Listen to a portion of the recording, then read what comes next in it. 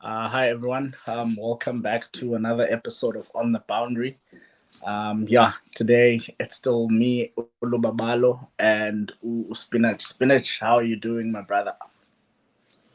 All good, looks all good on my side. Yeah, no, I don't think everyone is good in the country, but you know how it is. There's always a bit of controversy in our cricket. But yeah, uh, our white ball cricket coach just stepped down a few days ago. Actually, you know what's weird? He did it on April's Fool's Day. So a lot of people thought it was a joke. A lot of people didn't believe it. What were your thoughts when you heard or when you read that Mr. Rob Walter has decided to step down from being the Proteas white ball cricket coach? I think it was, I don't want to say written in the wall on the wall already, but it was something we had already discussed here about Rob and how bleak it was looking for him going forward. Yeah, Uh, we appreciate all he's done. Like he's taken us to a couple of semifinals and finals, so that can't just be swept under the rug. He did do his part on that front. So maybe it was time to give it on to the next next runner, give the baton on to the next runner. Now the question, when I saw that, first question in my head was, now who? Who is taking over? Who are we looking at? Are we really putting it all on Shukri, or are we getting another coach to come assist with the whiteboard stuff?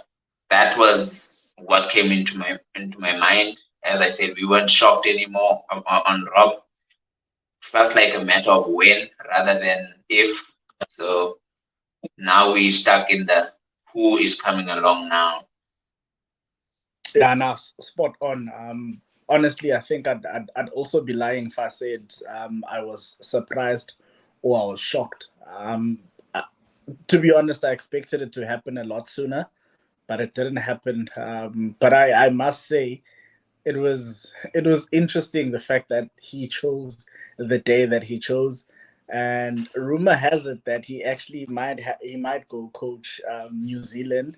I don't know how true that is, but apparently they've had him on the radar even before he came to coach the Proteas. But I think let's just have a chat about his whole time with the Proteas. What we think. He do we think that he did a great job? Are we looking at it solely from a point of view of we made semifinals, we made finals, or do we look at his time with the Proteas holistically in terms of everything that encompasses coaching the Proteas, which is playing bilateral series, which is transformation, which is something that we know is causes a lot of talk and causes a lot of debate around a lot of South Africans. Looking at Coach Rob's whole time at the Proteas, do you think he was on the right track? Do you think he was doing a great job? Or do you think there was a lot of room for him to improve? Just looking at everything in general. I, for one, felt like our style of white ball cricket was not aligned with what we had. I felt like we had probably the most explosive top six in the world next to India. So us always, I felt like we always were in a gear short. Like we were still playing, especially ODI cricket in a way where we get 235 overs and then we go crazy, which works when it works because we've got Clausen, we've got Aiden Markram, we've got David Miller. So we were going to score those big 300s, 350s, yes, high 300. But when you're chasing a big score and you have to sort of do that throughout the innings, I felt like we the style of cricket we had adopted made us struggle to do that. Yeah. You We kept losing wickets in some games because I felt like it was out of gear for some of the players. They weren't able to just keep going with the rhythm like the other teams in the world are doing right now. So that was one thing I felt like he felt a little short on. Yes, bilateral series were obviously a downer on his side where we weren't as successful in bilateral series as we used to be. But most of us said we would swap that for a trophy, which he got close to. So that for me, those are the two main issues I had with him.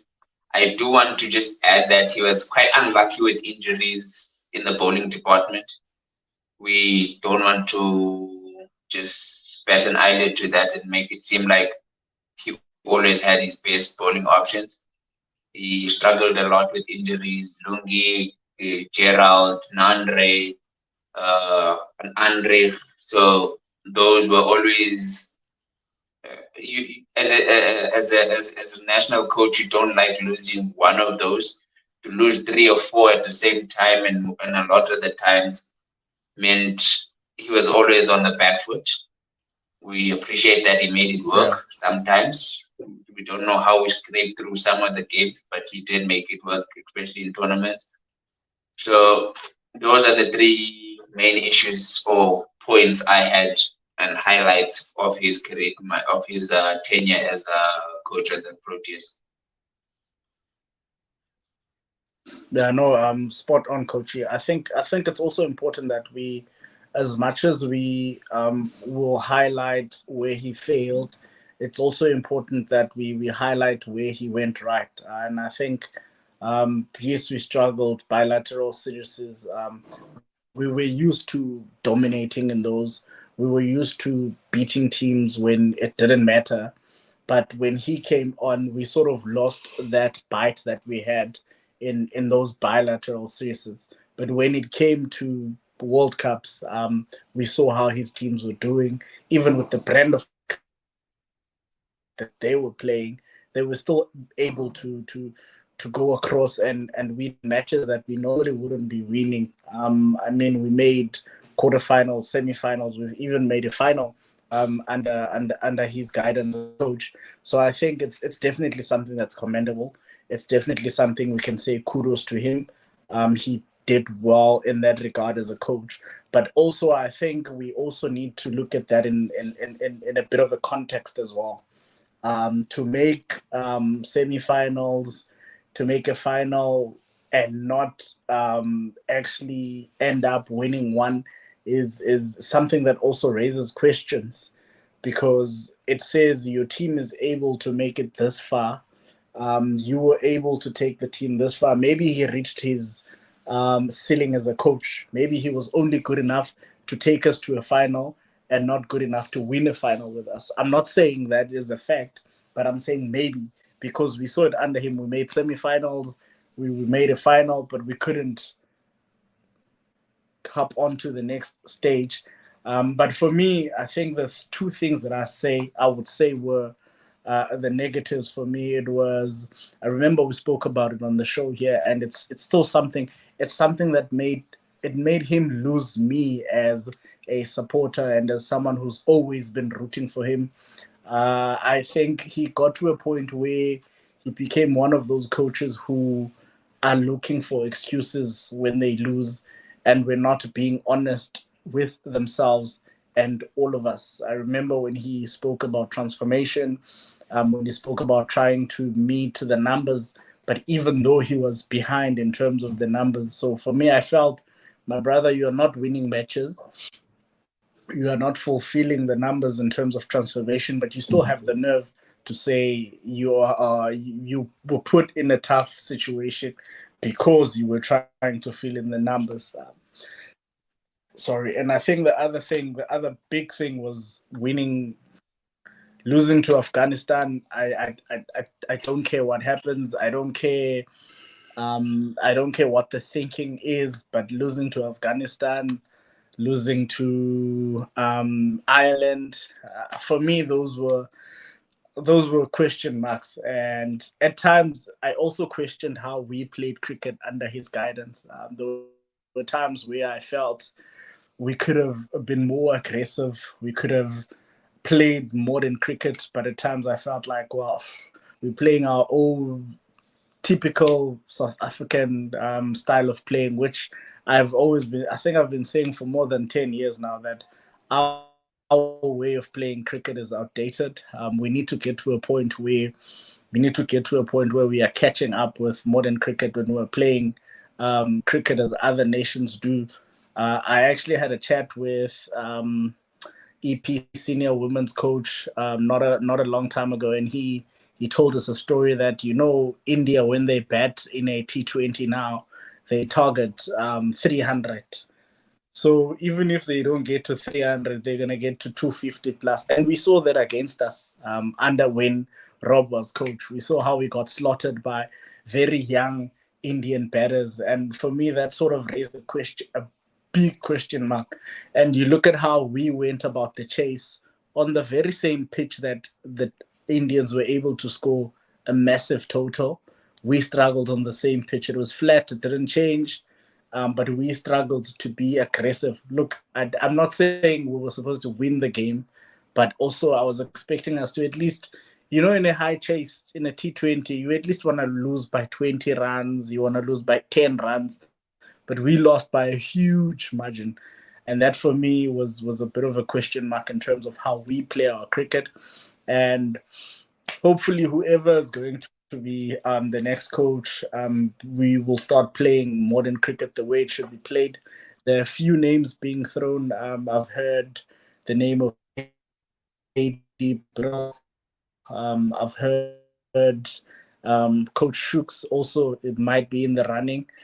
So, Coachy, you tell me, let's say you have the power to appoint someone to replace Rob.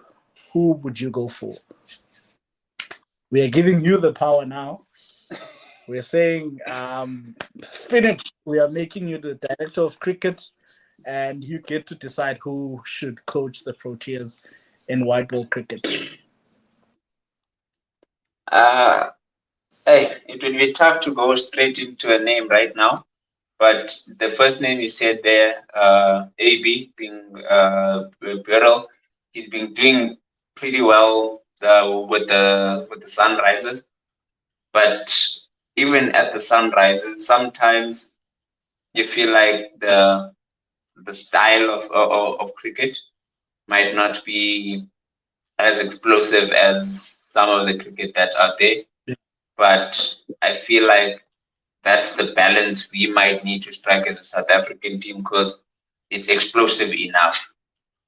The adaptability that he's able to instill in the team, having their pitch in PE not always being the flattest, so they need to box smart a lot of the time. So he's definitely one for me.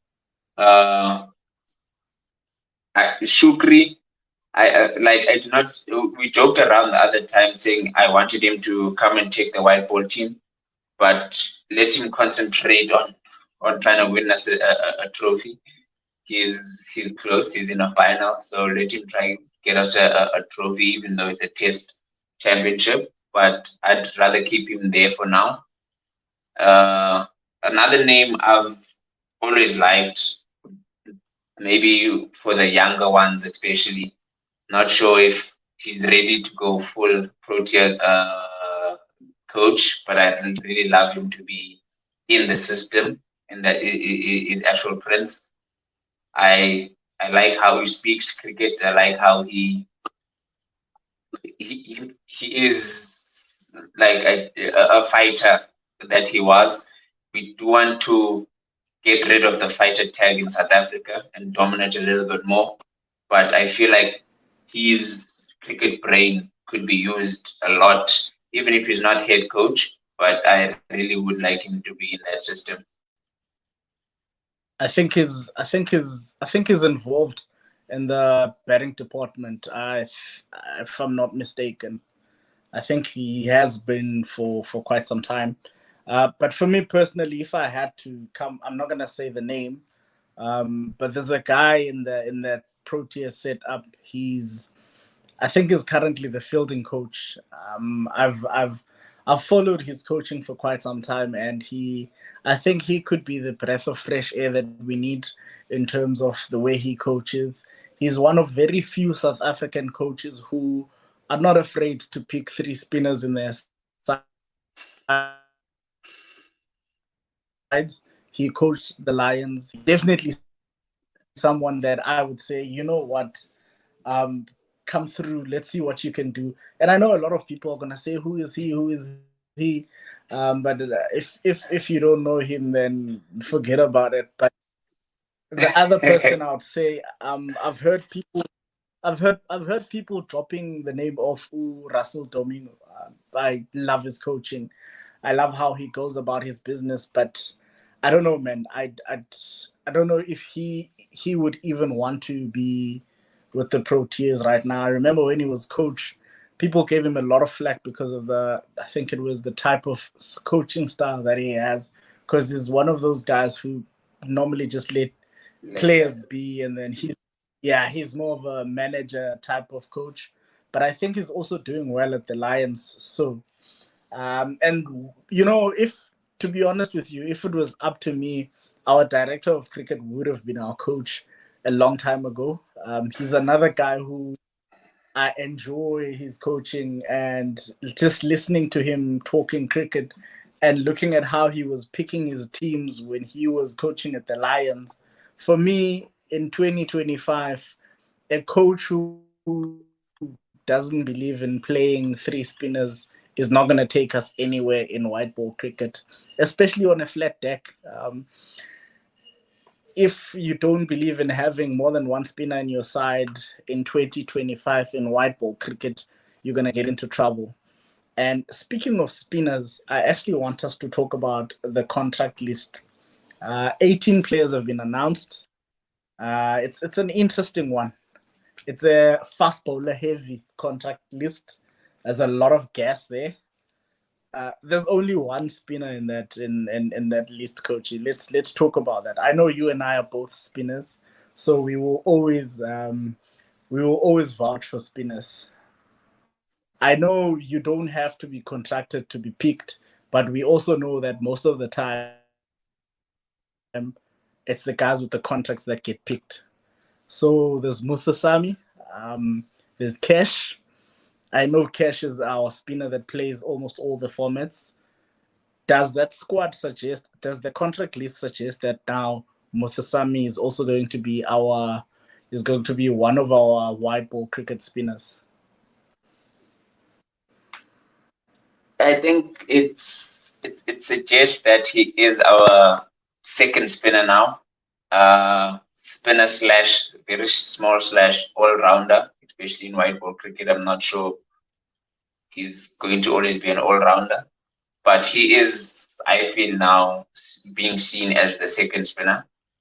I There's one thing I like about us going with Mutasami.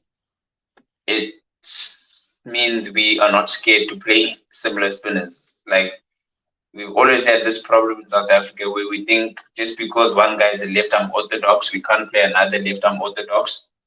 Having Mutasami there means we happy to play him alongside Keshav Maharaj. We don't have to force to try to get off spinner or a spinner that's spinning it away from left-handers. If you're good enough spinning it in the same direction as the other guy, you can both play. Especially because they're very different with Keshav Maharaj. They both left armers, but they quite Yeah, different. true. I feel like though, as a nation, we've let a lot of opportunities go of bringing in spinners into the set map from the domestic setup, working with them. And another thing I felt Rob didn't do as well as I would have liked, especially with the amount of injuries and rotations that he did.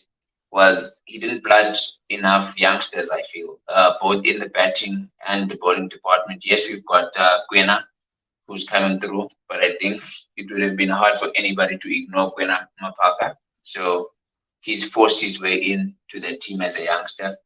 But I feel like we need to be playing more youngsters.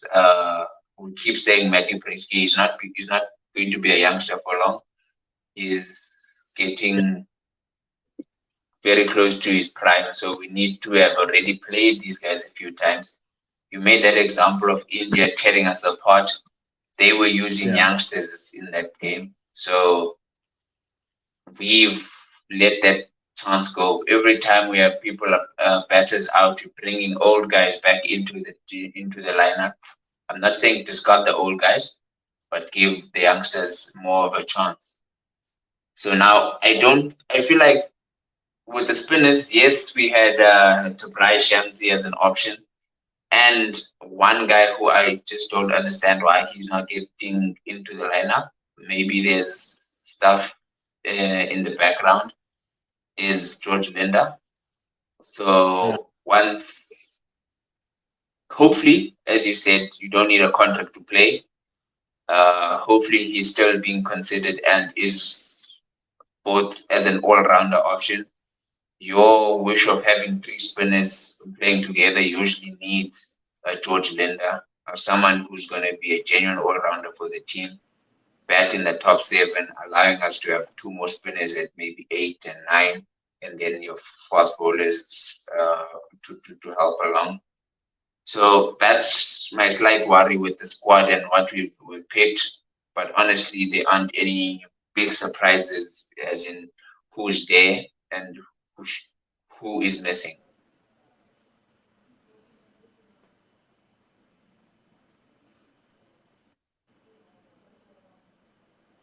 Yes, Kochi? Shosho, now I'm back, coach. I switched off Wi-Fi because doing funny stuff. Not a problem. Yeah, so I was still saying that not a lot of surprises in the actual squad. So we might have wanted one or two players here and there, but honestly, that is as cut and dry as it usually is. You do say that there being only one spinner, Tabrai is asked, I think, to be taken out of contract because he might Yeah. want to play some franchise cricket. That I feel is never a problem in South Africa. I think we need to let them play, especially if they still avail themselves to South Africa. Yeah. Then there's the George Linda, I feel, omission, which could balance out most lineups. Yeah. I think the biggest question mark is around Heinrich Clausen. It was reported that they're still having conversations with CSA with regards to him getting a contract or with regards to him getting a hybrid contract that we saw being given to David Miller and Rasif van der Tassen. And the hybrid contract basically means they will not be available 100% of the time compared to the other guys who were expected to be there whenever they picked. The hybrid guys will play your ICC tournaments. They will play certain series. And I remember this was an issue with someone like Faf. They ended up no longer picking him. But I think the biggest issue is because they hadn't come with an agreement as to how they would structure the contract for Faf. Hendrik Klassen, what do you think could be the issue, Coachy? Do you think maybe Klassen said, you know what, guys, 30 plus, how old is he? I think it's 34, 30, 34, 33. Nice. 34, he said, guys, I'm 34. I'm thinking I need to cash in also on the on some T20 money, and probably they're trying to convince him to maybe stick around for a year or two, or at least for the World Cup. What do you think could be the reason they're still having these conversations? Because I remember the last time they had CSA had long conversations with a player. That player actually ended up retiring because he was tired. And there was a special player that was, and Clausen is quite a special player at the moment as well. I feel like he is the highest commodity in T20 cricket right now. I feel like it's hard to look past Clausen in any tournament which is T20. He is, if allowed, he could play for any team in any franchise, make as much money as he can. So Yeah, I don't want to begrudge him wanting to make money, especially now. He doesn't want that ship to sail. Cricket's a very fickle game. You go through a bad patch here and there, and then you lose an IPL contract here. You lose another contract there. You struggling to make the money you were making before. So if he wants to do that, I feel like we need to work around that, not necessarily just allow him to do whatever he wants, obviously, because it's still a national team, but allow players to allow flexibility with some players, especially the special ones, as Clausen is, and figure out a way for that hybrid. I think the stumbling block might be how hybrid it is. yeah, Maybe Miller and Rasi have agreed to be a little bit more available for the Proteas, and maybe he's asked just for ICC tournaments, and that might that might be the stumbling block at the moment, which I think might have been the stumbling block for Faf as well when he was being discussed in this hybrid situation. yeah. Nah, it's always an issue.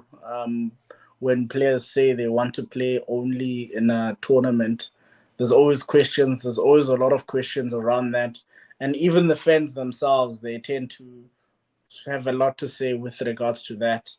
Um, One question mark around the squad, I think, well, I have seen a lot of people question is Reza Hendricks. He's basically been playing T20 only. We saw what happened at the T20 World Cup, and personally, I thought we would move on from him. But I see he's still in the squad now, the contracted list. What are your thoughts? Do you think we should go back to Riza in 50 over cricket as well, since he has a full on contract? I think Riza is a very tricky one sometimes because he he does have this unfair cloud over himself sometimes. He was awarded, wasn't he, the T20 Player of the Season for the Proteas very recently, if not last season. But I do get what you mean. And another thing is him not getting a contract wouldn't have meant he's already out of the system and won't be playing for the Proteas. So I do slightly agree on the fact that we do need to look at other players, which is something I have been saying. But because players have not been given a chance or a run in that Proteas lineup, the batting, it's hard for you to justify going and giving them a full contract for the national team. So if the previous cycle had given opportunities to who we feel should be next in line in this Proteas setup, then maybe we would have a bigger shout at who should be getting a central contract in place of Riza Henry. Right now, I don't feel people like Matthew Bracegate have been given enough of a chance, have performed enough to get ahead of Riza. So at the moment, I do feel like Riza still deserves his contract, even though I feel like we do need to start giving these other guys a chance and looking at them. But at the moment, Riza deserves his contract. I'm happy with people like Badders who have proven when they're given the chance and now have their central contracts. Ryan Rickleton, another one who's already shown what he can do and has gotten his contract. So right now, Riza is on the edge, but I still feel he sort of deserves being there. Oh, yeah, no problem, coach. We're counting down to the Test Championship final. Can't wait to see the Proteas beat Australia and we win that thing. But I also think Ushukri is going to probably be our next white ball cricket coach. I'm looking forward to seeing how that is going to go. Otherwise, thank you for another great chat of cricket. My network is starting to misbehave now. Um, and yeah, to everyone watching, thank you for watching. Please subscribe to our YouTube channel On the Boundary. Just two coaches chatting cricket. Cheers. Cheers.